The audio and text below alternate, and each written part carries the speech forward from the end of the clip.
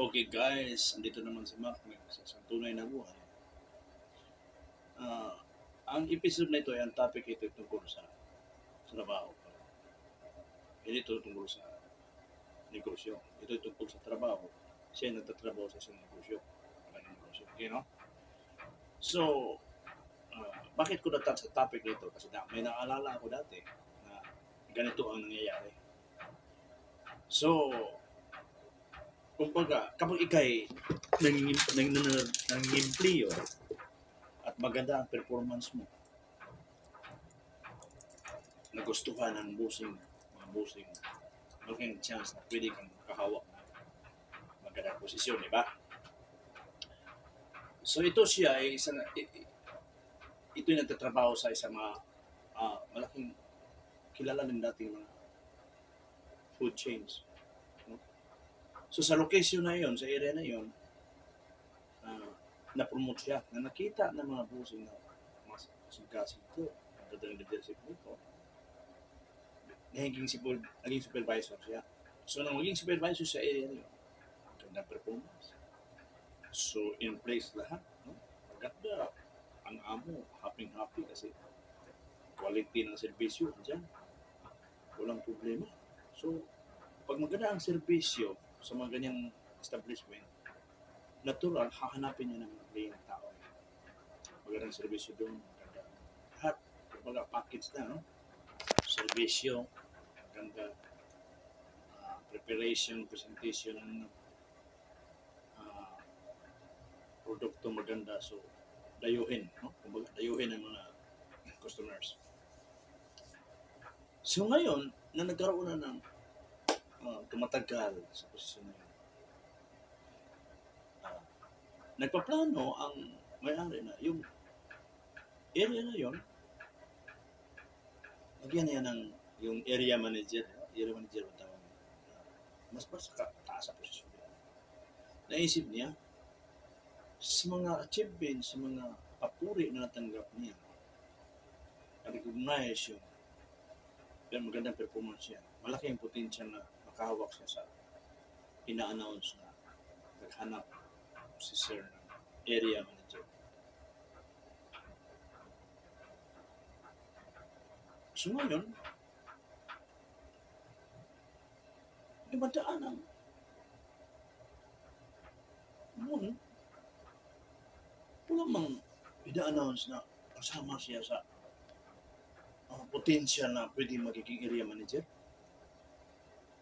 Di ba nag-exert siya ng effort? Ang ganda ng performance niya sa supervisory position. Hindi matuwaran. Kumbaga, doon ang mga awards at ano bang kulang dito? Bakit hindi man ako kasama sa mga ina-announce sa na posibleng candidates for another higher position? So doon siya, nagtatampo siya. Nagtatampo siya sa sarili niya. Bakit kaya?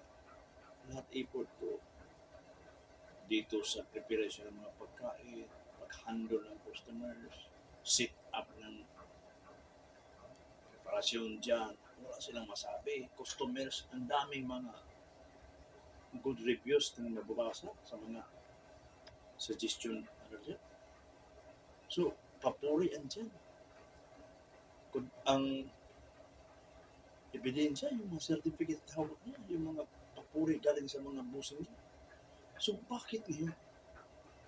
Sa tagal-tagal niyang servisyo, nilaan niya. Bakit wala pangalan niya sa kanila? Kaya naisip niya, hindi na ako makatest dito. Kausapin ko si boss. Kung masama man na nagbitbitin ng bangko para dyan, tanungin ko lang po, sir, ano bang kulang ko, sir? Hindi pa ba? Kulang pa ba yung ginagawa ko para maging pwede ako dyan? College graduate naman ako. Related naman ang kurso ko. Experience, andyan ako. Supported with the recognition. So, ano po ang kulang? Kaya, malaking question mark. Ano sa isip niya? Ano yung kulang? Saan ako nagkulang? Ibig sabihin, baka malakas talaga ito si Raquel. May mga padrinos to. May mga nag-back up nito na pwede doon sa posisyon. So, ibig sabihin, hindi pala pinagawasihan dito yung performance mo. Akala ko ba, pag performance mo ang ganda, ay contribute mo sa kumpanya, ang ganda. Ganun ang meron kang mapala. Kumbaga ba, tinatrabaho mo, kapag may tiyaga, may mapala, wala pala ito. So, ibig sabihin, kontrary ito sa kasabihan. So, di mo may iwasan magtanda ng tao. Natural yan. Kasi, kahit siguro mag-evaluate sa performance niya, talagang candidate siya sa ganung posisyon, di ba? Una dyan, tested ng loyalty. Otherwise, makikita sa performance. At saka, qualified. Ang qualification, pwede siya. Dinadagdag na lang for that position issue. Performances, blend of service sa kumpanya, yung loyalty mo pinakita. So, suma total, all the possible requirements for that position is meron ka. Vested ka na, meron ka. So, ngayon, ang katanungan, bakit? Walang okay. Bakit walang? Wala man lang indications or any palatandaan na kasali siya for that announcement. Ngayon, naisip niya, mayroon pa ilang may panahon pa, pwede po patuloy. That is right kasi alam niya, may potential siya. Kayo guys, kung sa kanyang sitwasyon, may courage ka ba? Lapitan mo yung mga bossing niya, sabihin mo siya, hindi ba ko pwede ka? So, sa inyo lang, bitbitin mo yung sarili mo ba for the sake of your expectation. So yun nga, dahil hindi siya pakali, nagiging apektado siya sa nalalapit na announcement. Sabi niya, parang tama talaga. Itatanong ko talaga. Hindi ako mimilit, pero itatanong ko kung ano, kung paano, ano at paano magiging how to be magiging kanina. Okay, to make the story short. Nagkaroon ng chance. Pumasok. Nilapitan niya yung pinaka sa top management. Pinutan niya. Morning, sir, ma'am. Dito ko yun. To clarify what are the possible requirements or additional requirements. If there's any para maging part.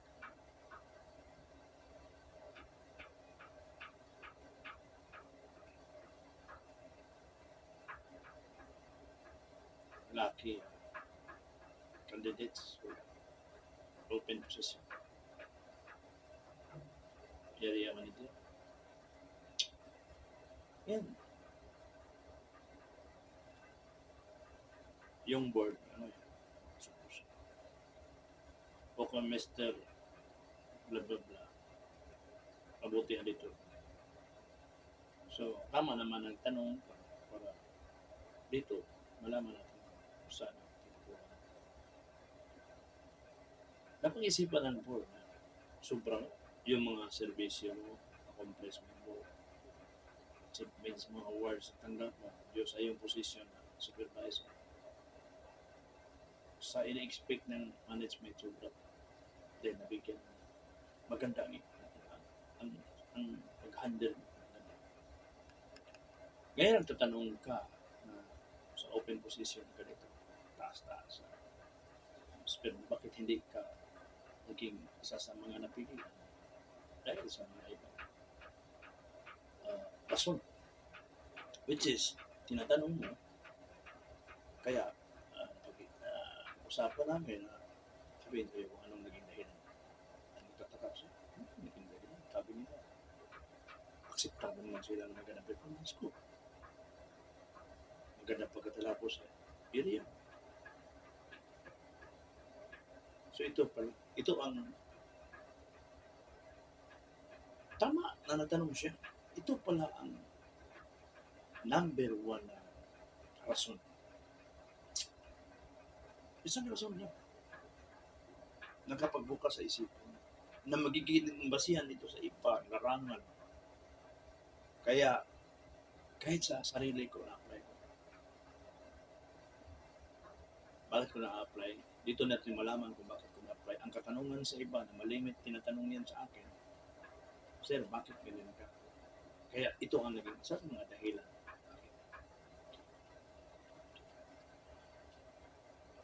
Ang isang pinaka-importante ng oras niya. Okay, Mr. blah blah blah. Nagtatanong ka bakit hindi ka mabunot-bunot sa posisyon mo at ilagay ka sa dapat ang ka. Hindi mo ba yun naisip? Akala namin, naisip mo. Ito ang naging dahilan. Di ba sa area ko,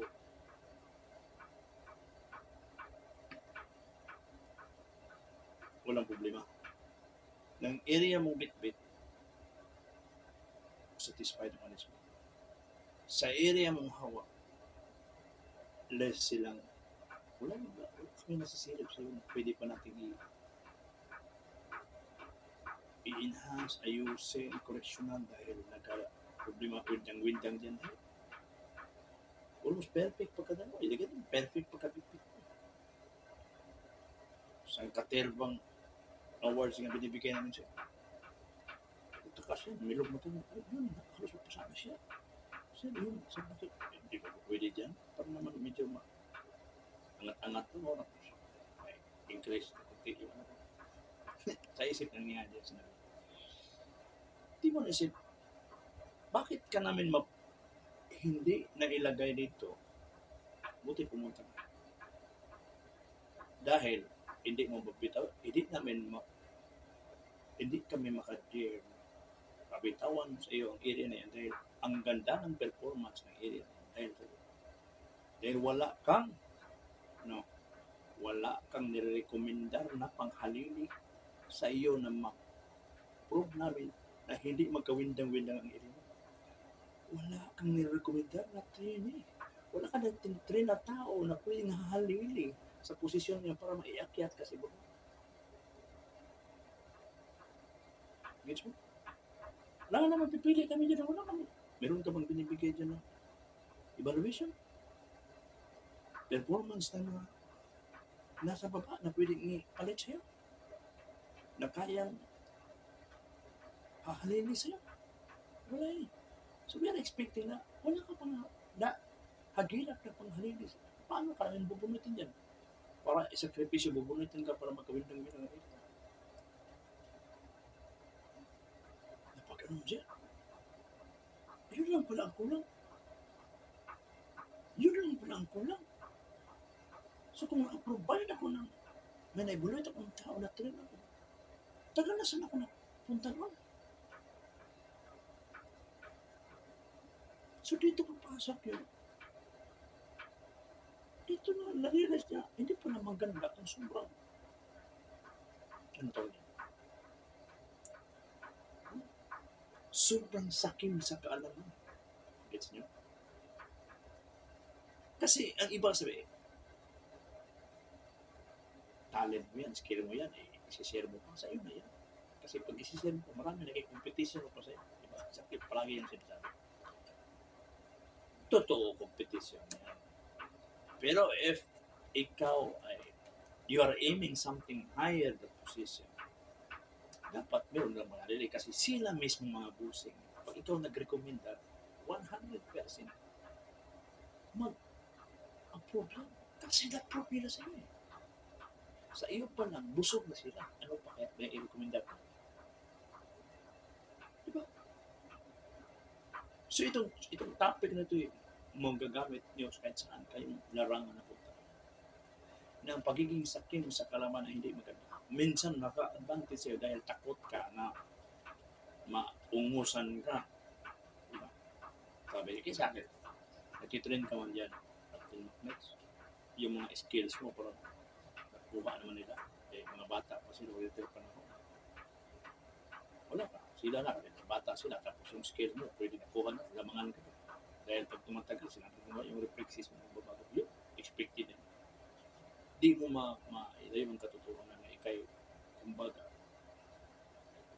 ah, almost, kumbaga, yung mga moving parts mo is papunta na rin doon sa baka ma-beyond repair ka someday, one day. Di ba? So, nagsishare ka kasi maganda ang treat mo sa management. Ang tagal mo dyan. Hirap yung sila doon sa paghanap sa ganun. Kasi may mga instances na kung kukuha lang ko, di mo alam. Kasi iba kumbaga skills ang pinag-uusiyan. So, kailangan ma-pro, kailangan dadaan sa masinsinan, training, bago maging qualified. So, kailangan talagang mentor na kung ano yung evaluation sa mentor na yan, tatama din doon kasi hindi man yan magbibitiw na hindi siya satisfied. At saka ikaw rin top management, you have to i-insure din nila, nakaling sa'yo, recommendation, hindi sa kanila. Kasi ang pinagbasihan dito is skills, hindi yung scholastic record o previous history, hindi nakikita yan. Pwede mo magikin yan, pwede mo doktoran yan. In reality, dito tayo, sa bakbakang ito. Kaya tinatanong nga ako dyan, minsan tinatanong ako, Macnex, pag ikay nag-approve sa ganitong sitwasyon, sa ganitong posisyon, kahit siguro sana larangan ng posisyon, pag may nag-apply, sabihin niya, okay sir, qualified. Meron ng dokumento dito. Is that document is okay, authentic documents. Iba to dito, meron ka bang skills ganito? Sabi, kaya nila siya, kaya natin, meron tayong papeles ganyan. Sa salita, palagay mo ka, meron siya gawa. Ang daming nangyayari. So pagdating doon, ano nangyayari? Reject. Effort, time, money. Walang nangyayari. Kaya pang tanungin ka, Macnex, kung ikaw ba piliin sa ganitong larangan, paano ang kriteria sa iyo? Sabi ko, pag ako, di na ako maghanap ng dokumento. Okay, provided, andyan, may dokumento yan. Di na ako magtanong sa skills. Ay, di na ako magsabi pa na, ano card. Simple lang. Ipabigay ko ang katanungan doon sa expert. At ang expert, anong sabihin? Magtanong, wala naman siya. Bibigyan kita ng senaryo. Pag ito, bla bla bla. Pag hindi tumama sa sinabi ko, which is alam kong well-versed ako dyan, area, hindi tumama, sabihin ko na doon. Kailangan itong masusing, pasamahin mo na to. Sinilari ito, mag-aral pa to, mag-studio. Pero pagbigyan ako ng chance, ito sa akin, ipamilyar ko na. Isang tingin ko lang, isang evaluate ko lang sa taong to. Package pwede siya. Skills development ko. Pag nakita kong ang development, swabe. Yung mga intelihente din natin mga busing, malaman, nagkakwindan ka, hindi ka nagbitaw na talagang, hindi pasok sa mga, hindi swabing-swabe. Ako din. Yung sabi niyo na pag nagsishare ka, treat mo sila, tulak ka ng slot. Mag-share ka man o hindi, babalik ka sa pag gusto mo pa, ayaw na nila, gugulong ka, wala kang mag. Pero pag trabahawin mo lang, gawa ka ng anong dapat, nakikita nila. Gaano man yan ka mga bagong may dumating, pasok ka pa rin sa. Kasi